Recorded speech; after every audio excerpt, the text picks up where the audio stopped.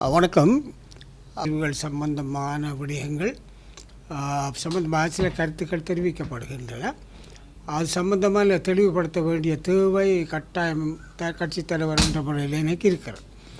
முதலிலே ஒன்றை தெளிவுபடுத்த விரும்புகின்றேன்.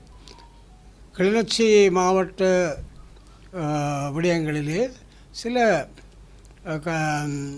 இணக்கப்பாடுகள் நாங்கள் எட்ட வேண்டியிருந்தது.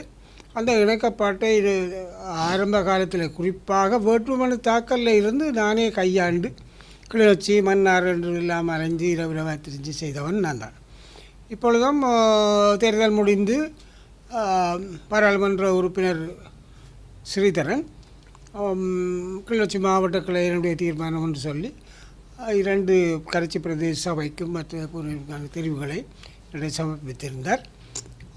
அந்த உரிய நேரம் அந்த திணைக்களம் அழைத்த போது நான் அதை பொதுச் செயலாளர் சுதந்திரம் குறிப்பெழுதி தேர்தல் ஆணையத்துக்கு தெரியப்படுத்துமாறு வழங்கியிருந்தேன். அதை அவர் ஒப்புக்கொண்டு அவர் பெற்றுக்கொண்டார். ஆனால் இடையிலே ஒரு பேட்டி திரு ஸ்ரீதரன் அவர்கள் சுதந்திரன் அவர்களை செயலாளராக நான் ஏற்றுக்கொள்ளவில்லை என்ற ஒரு கருத்து தெரிவித்த போது அது யாருக்குமே ஒரு அசௌகரியம் ஏற்பட்டிருக்கும். அந்த வகையில் சுதந்திரன் அவர்களுக்கும் அது அசௌகரியமாக இருந்தது.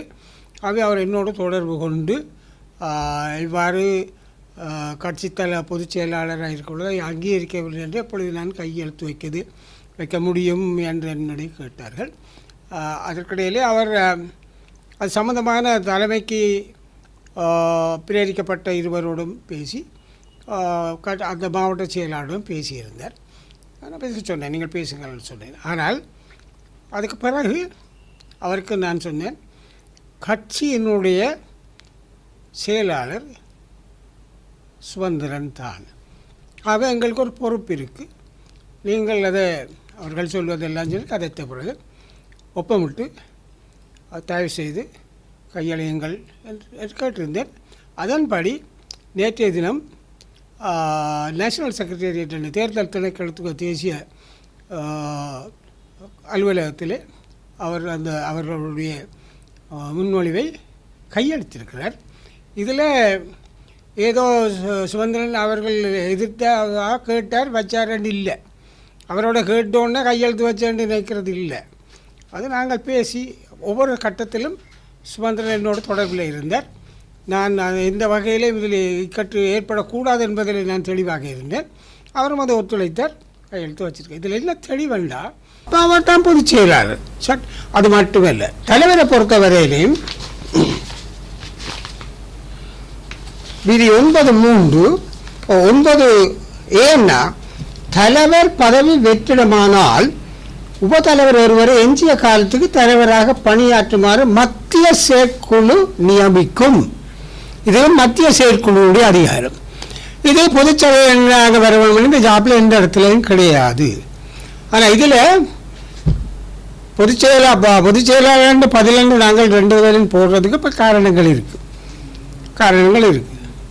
ஆனால் இது இந்த விடயங்கள் அனுப்பி தீர்மானம் சட்டபூர்வமானது, விதிபூர்வமானது.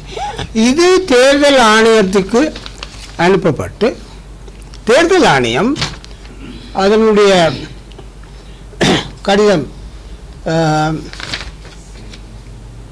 11/3/2025 தேதிய கடிதத்தின்படி இலங்கை தமிழரசு கட்சியின் புதிய செயலாளர் மற்றும் பதில் கடமை தலைவரை நியமித்தல். பதில் கடமை என்று யாப்பில் இல்லாவிட்டால் நான் தெளிவாக பதில் கடமை என்று அனுப்பினார். அப்படியே இருக்கட்டும். மேற்படி விடயம் தொடர்பில் தாங்கள் தேர்தல் ஆணையக்குழு சமர்ப்பித்த 31/12 மற்றும் 16/2/24 தேதிய கடிதங்கள் தொடர்பானது. அந்த கடிதத்திற்கு அமைய தங்களது கட்சியின் செயலாளர் பதவிக்கு திரு M.A. சுதந்திரன் அவர்களை நியமித்தல் மற்றும் கட்சியில் பதில் கடமை புரியும் தலைவராக CVK சிவஞானம் அவர்கள் நியமிப்பை தேர்தல் ஆணைக்குழு ஏற்றுக்கொண்டுள்ளது என்பதை அறிய தருகிறேன். அவ்வாறே புதிய பதவியில் கொண்ட உத்தியோகத்தர் குழுவை துரிதமாக அது ஆணைக்குழு ஆட்சிப்படுத்த வேண்டும். இது தேர்தல் குழுவாலே கொள்ளப்பட்டது, யாரும் கேள்விக்குட்படுத்த முடியாது. அப்போ பொதுச் செயலாளர் என்றதை கேள்விப்படுத்தி நாங்கள் அந்த செயலாளர் தெரிவிக்கும் போது ஸ்ரீதரன் அவர்கள் தான் இதில் உடன்படையில் என்று சொன்னது உண்மை. அது சரி, அவர் அந்த மத்திய குழுவில் சொன்னவர், சொல்லலாம். ஒரு 10 பேர் ஒரு சபையில் இருக்கிறார் என்றால் ஜனநாயகப்படி 6 பேர் 7 பேர் ஆதரிக்கிற பொழுது 2 பேர் எதிர்க்கலாம். அதுக்காக நான் 2 பேர் இருக்கிறேன் இல்லை 3 பேர் இருக்கணுன்றதுக்காக அந்த தெரிவு பிழை ஏற்றுக்கொள்ள முடியாதுன்னு சொல்ல முடியாது.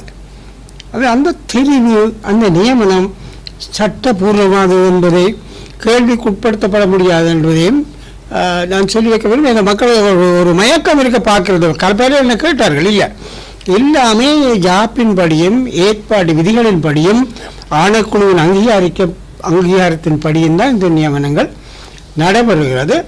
ஆனால் கரைச்சி ரெண்டும் நான் சுதந்திரம் ஒவ்வொரு நடவடிக்கையும் எனக்கு சொல்லிக் கொண்டு தான் கடைசியாக நேஷனல் செக்ரட்டரி போகிற பொழுது எனக்கு சொன்னால் நான் நேஷனல் செக்ரட்டரி போய் கொடுக்குறேன், அவர் இன்றைக்கு வெளியில் போகிறபடியா கொடுத்த பிறகு எனக்கு சொன்னால் நான் ஏற்கனவே கையாளிட்டேன். அப்போ நாங்கள் கூட்டாக கட்சி தலைவர் வச்சாலும் இணக்கப்பட்டோடு தான் செயல்படுறோம்.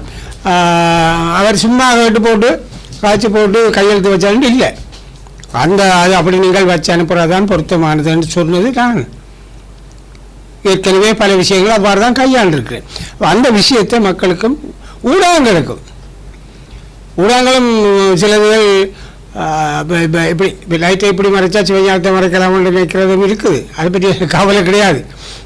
நான் தான் இருக்க மாட்டேன் எத்தனை நாள் இருந்தாலும் நான் தான் இருப்பேன். நான் ஏற்கனவே சொன்னான் தானே, நான் முதல்வன் படத்தின் அர்ஜுனன், ஆனால் இப்போ நான் அர்ஜுனன் இன்னும் தெரியல. அது போகிற ரெண்டாவது முக்கியமான ஒரு விஷயம், அதுக்காக தான் நான் இங்கே வந்தேன். அதாவது இப்போ உங்களுக்கு தெரியும், ஏற்கனவே தமிழரசு கட்சி ஏனைய கட்சிகளோடு குறிப்பாக டிடிஎன்ஏயோடு நாங்கள் பேசியிருக்கிறோம். அவர்கள் சில கோரிக்கையை வைக்கிறார்கள், அது அவர்கள் உரிமை. பேச்சுவார்த்தையில் எல்லா கோரிக்கைகள் வைக்கிறது அது எல்லா பிழையும் கிடையாது.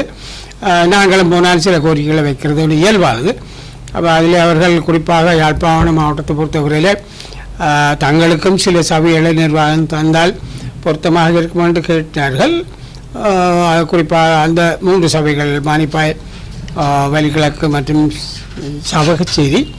நான் உடனடியாகவே எங்களுக்குள்ளேயே அந்த வலிகிழக்கு பிரதேச சபை சம்பந்தமான சில கலந்துரையாடல்கள் எல்லாம் உண்டு. ஆகவே அதை 11 உறுப்பினர்கள் எங்களுக்கு இருக்கிறார்கள், டிடிஎன்ஏக்கு 5 பேர் தான் இருக்கிறார்கள். பல விடயங்கள் தொடர்பாக இருந்ததாலே அதை நான் நேரடியாகவே அது சாத்தியமில்லை என்று தெரிவித்திருக்கிறேன். மற்ற இணையை பற்றி பரிசீலிக்கலாம் பார்க்கலாம் என்று சொல்லி பொதுச் செயலாளர் சொல்லியிருக்கிறார். அதை கலந்து பேசலாம், வாய்ப்போ இல்லையோ தெரியாது, அது இருக்க. நான் இப்போ சொல்ல வரேன், தமிழரசு கட்சி என்ற வரையில் ஒரு சரியோ மக்களால் முதன்மைப்படுத்தப்பட்டு இருக்கின்ற கட்சி என்ற வரையில், அதுக்காக நாங்கள் பெருமைப்பட்டு கொண்டு மற்றவர்களை சிறுமை என்று சொல்ல நான் விரும்பலை. எல்லாரும் கட்சி தான், மக்களுடைய தீர்ப்பு. இப்போ நான் வேண்டுகோள் விடுக்கிறேன், அதுக்காக தான் வந்திருக்கேன். ஒரு பொதுவான ஒரு விண்ணப்பத்தை தமிழ் கட்சிகள் குறிப்பாக நாங்கள் தெளிவாகவே ஆரம்ப முதலே சொல்கிறோம், தேசிய மக்கள் சக்திக்கு எந்த வகையிலும் எந்த விதத்திலும் இந்த வடக்கு கிழக்கில் உள்ள தமிழ் பிரதேச நிர்வாகம், உள்ளூராட்சி நிர்வாகம் சென்றுவிடக்கூடாது என்பதிலே நாங்கள் தெளிவாக இருக்கிறோம். தமிழ் கட்சிகளும் அநேகமாக தெளிவாகத்தான் இருக்கிறீர்கள். அவை இப்பொழுது இந்த இலக்கை இந்த எண்ணப்பாட்டை நிறைவேற்றுவதற்கு நிபந்தனைகள் இல்லாமல் இந்த தெரிவுகளை நடாத்தி முடிப்பதற்கும் எங்களுக்கு ஆதரவு தர வேண்டும் என்றும் தொடர்ந்து நாங்கள் பேசி ஒரு பொது நிலைப்பாட்டுக்கு வரக்கூடிய ஒழுங்குகளை தமிழரசு கட்சி நாங்கள் முன்னின்று செய்வோம், உங்களோடு சேர்ந்து செய்வோம். ஏற்கனவே நான் பதிவு தலைவராக தெரிவு செய்யப்பட்ட முதல் நான் செய்த பணி ஜனநாயக தேசிய கூட்டணி தலைவர்களை சந்தித்து ஒரு ஒற்றுமைக்கான முயற்சி எடுத்தது தான். அது சரக்கி போனதற்கு பல காரணங்கள் இருக்கலாம், அதை நாங்கள் விவாதிக்க விரும்பவில்லை.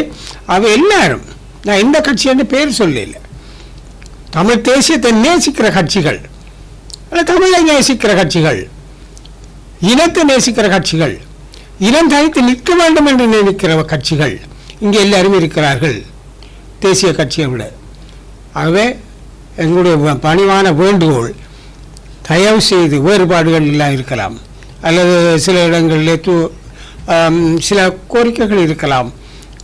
அதுகளை கடந்து தமிழரசு கட்சிக்கு முரண்பாடு இல்லாமல் இந்த தேர்தலிலே எங்களுடைய தலைவர் தெரிவு செய்வதற்கான அவர் தெரிவு செய்யப்பட்டவர் தனியாக தமிழரசு கட்சி சார்ந்தவராக இருக்க மாட்டார். எல்லோருடைய ஒரு தமிழ் தலைமைத்துவத்துக்குள்ள ஒரு தவிசாளராகவோ உபதவிசாளராகவோ இருப்பார்.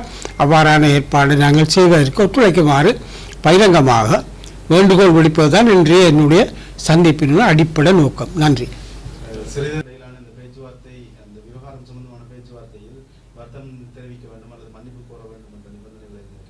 ஒன்று கிடையாது. அப்படி கிடைக்கணும்னா 5 மாதத்துக்கு முன்னமே வருத்தம் தெரிவிக்கணும், ஊசியை தோணும். அது ஒன்றும் இல்லை, ஒன்றும் கிடையாது. அவ்வப்போது எழுகின்ற அந்த பிரச்சனையை நான் அவ்வப்போது சூழ்நிலைக்கு ஏற்ப சேர்த்து வைக்கிறேன். தயவு செய்து மாகாண சபை கதைக்க இது மேசையில் இல்லை. அது கேள்விக்கு மறுமொழி தான். இப்போ இந்த விஷயம் நான் இதையும் சொல்கிறேன்.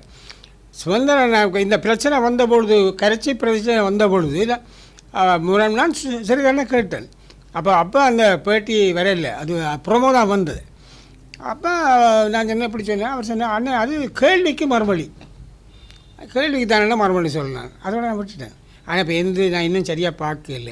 அது கணக்கு பிரச்சனை இருக்குது. இப்போ பொதுச்சபை அங்கீகரிக்கலைன்னு சிறிதரன் சொல்கிறேன். அது பிள்ளை. பொதுச்சபை அங்கீகரிக்க வேணும்னா இந்த இடத்துல இல்லை. தேர்தல் ஆணைக்குழு அங்கீகரிச்சுட்டு பொதுச்சபை அங்கீகரிக்க தேர்தலுக்கு ஆணைக்குழு அங்கீகரிக்குமோ? அப்போ சில கருத்துக்கள் சிலது தவறாக வழி நடத்தக்கூடும்.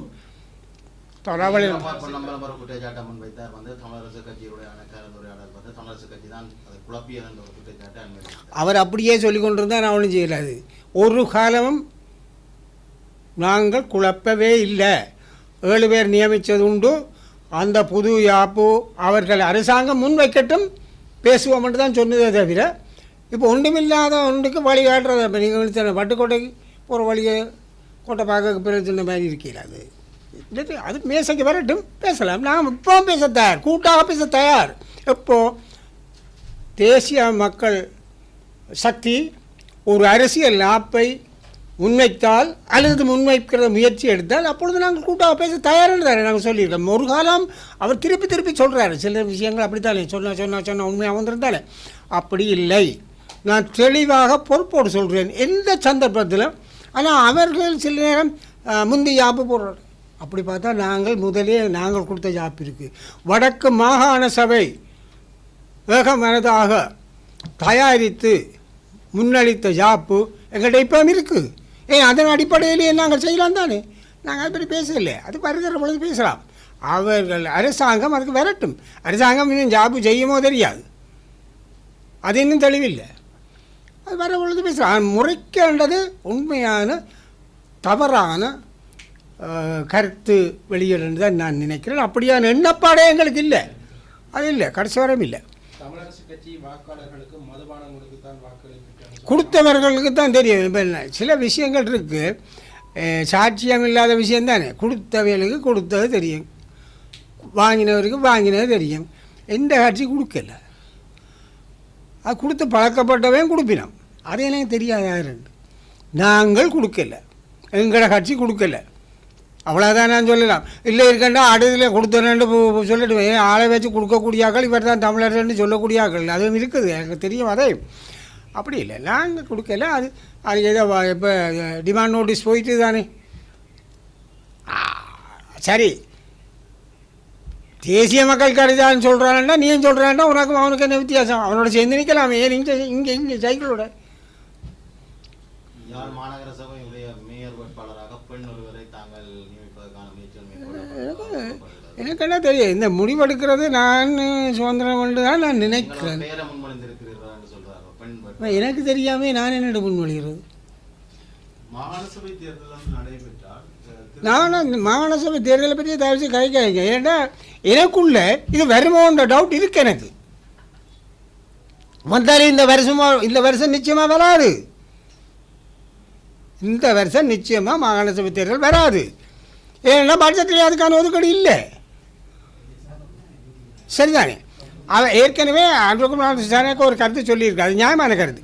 ஒவ்வொரு தடவை தேர்தலில் எங்களுடைய ஒரு செயல்பாட்டுக்கும் இந்த தேர்தல் ஆணையம் தேர்தல் ஆணையம் சரி அதுபடியாக அது அந்த பிரச்சனைகள் இருக்குது. வந்தால் கதைப்போம். இப்போ ஏன் தயவு செய்து நீங்கள் பேரை கேட்பியா ஓமண்டா ஆரை போடுறீங்க நடிச்சு கேட்பியல். இப்போ இது நான் ஒரு ஆளை சொல்ல அவருக்கு பேருந்து இப்படி ஒரு நடக்க பார்த்தேன் அபிப்பிராயம் உண்மையாட்டு அபிப்பிராயம் கேட்டேன். கட்சி போடும் ஒரு ஆள் தேர்தல் வந்தால் நாங்கள் ஒரு ஆளை நியமிப்போம். அது வரையில் ஏன் பிரச்சனை? அது என்ன தெரியும், மக்கள் உரிய மக்களுக்கு தேவையில்லாத எதிர்பார்ப்பை நீங்கள் கிரியேட் பண்ண வேணாம். நான் உங்களை சொல்ல இல்லை, எனக்கு தெரியும் யார் கிரியேட் பண்ணுறேன்னு. அது தேவையில்லை, வரட்டுமே. இல்லாத ஒன்றுக்கு நான் ஏற்கனவே சொன்னேன் தானே, கஜந்தோடு சொல்கிற மாதிரி தான் இருக்கும். இல்லாத ஒன்றுக்கு ஏனையா பேர் வச்சு கொண்டு திரிகிறீர்கள். பேருந்து எங்கேயோ உள்ளதை பார்த்தேன், அபிப்பிராய வாக்கெடுப்பு நடத்துகிறேன். வரே இல்லையே, என்ன ஆறு ஏமாத்துறீர்கள்? ஏன் இந்த வேலை ஒற்றுமையை குலைக்கிற வேலை இருக்கிறத ஸ்மூத்தாக போக விடுங்கோ. பேருந்து பார்ப்போம். தயவு செய்து ஊடகங்களுக்கு நான் சொல்லி இல்லாத ஏனையா கிரியேட் பண்ணுறீர்கள். இல்லை வரட்டும். முந்தையும் அப்படித்தானே வந்து 2013 வந்து நான் போட்டு நாங்கள் தானே அவரால் போடு அப்படி இதென்ன அந்த வேணுமென்று செய்கிற வேலை 2 ரூபாய் திரிச்சு விட்டு. தயவு செய்து உங்களோட விண்ணப்பம் கேளாகும். யாழ் மாநகர சபை முதல்வர் ஒரு போட்டி நிலைமை உருவாகும் என்று எதிர்கூறப்படுகிறது. இவ்வாறான நிலையில வந்து இப்ப தேசிய மக்கள் சக்தி வந்து ஒரு வாக்கெடுப்பின் போது தமிழரசு கட்சிக்கு ஆதரவு வழங்கினால் அதை நீங்கள் எவ்வாறு பார்க்கிறீர்கள்? நாங்கள் தெளிவாக தேசிய மக்கள் சக்தியிடமோ நிச்சயமாக எந்த ஆதரவும் கோரவில்லை என்பதை இப்பொழுதும் சொல்கிறேன். அவர்கள் ஆதரவு வழங்கினார், அவர்கள் கையெழுத்து வாங்கினா எனக்கு தெரியும் அதை பற்றி. ஆனால் அவர்கள் எனக்கு ஒன்று தெரியும், எனக்கு நிச்சயமாக ஒன்று தெரியும். நான் நினைக்கிறேன் கிட்டத்தட்ட 10 நாளுக்கு முன்பாக அவர்கள் கூடி தமிழரசு கட்சியினுடைய வேட்பாளர்களுக்கு ஆதரிப்பதில் என்ற தீர்மானம் எடுத்திருக்கிறார்கள். அது எனக்கு தெரியும். கோர வேண்டிய தேவையில்லை. விரும்பி நான் எந்த கோரிக்கை இதுக்குள்ளே இருக்குது. இபிடிபியும் இருக்குது, காங்கிரஸுக்கும் இருக்குது, சைக்கிளுக்கும் இருக்குது, சங்குக்கும் இருக்குது, எல்லாருக்கும் இருக்குது. நான் அதுதான் இந்த கோரிக்கையை விடுறேன். ஆனால் சும்மா சில நேரம் இந்த என்ன சொல்கிறது, கொம்பு முளைச்ச மாடியில் ஆனால் என்னோடய கொம்பு இருக்குது. நான் கேட்குறது தானே, நான் தலைவர் தானே, கட்சி தலைவர் தானே, எனக்கு கேட்குற பொறுப்பு இருக்குது, உரிமையும் இருக்குது. அப்போ இது கேட்க வேணும், ஆதரவு கேட்க வேணும். அது தமிழ் கட்சி என்றால் இப்படி கொண்டு தான் நாங்கள் மறக்க வேண்டாம் சொல்ல போகிறோம். அப்படி சொல்ல வேண்டிய அவசியம் இல்லை. அவர்களே தேர்ந்து முடிவெடுப்பார்கள் நான் நம்புகிறேன். செய்வினம் தானே, காசுக்காரர் அரசாங்கத்தில் இருக்கிறவ எல்லா வசதியும் இருக்குது. அந்த இடத்துல எனக்கு ஒரு நம்பிக்கை இருக்குது. நாங்கள் எல்லோரும் சேர்ந்து எதிர்ப்போம்ன்ற நம்பிக்கை எனக்கு தெளிவாக இருக்குது. நாங்கள் எல்லோரும் சேர்ந்து எதிர்ப்போம்ன்ற நம்பிக்கை எனக்கு தெளிவாக இருக்குது. அது நடக்கும். நன்றி.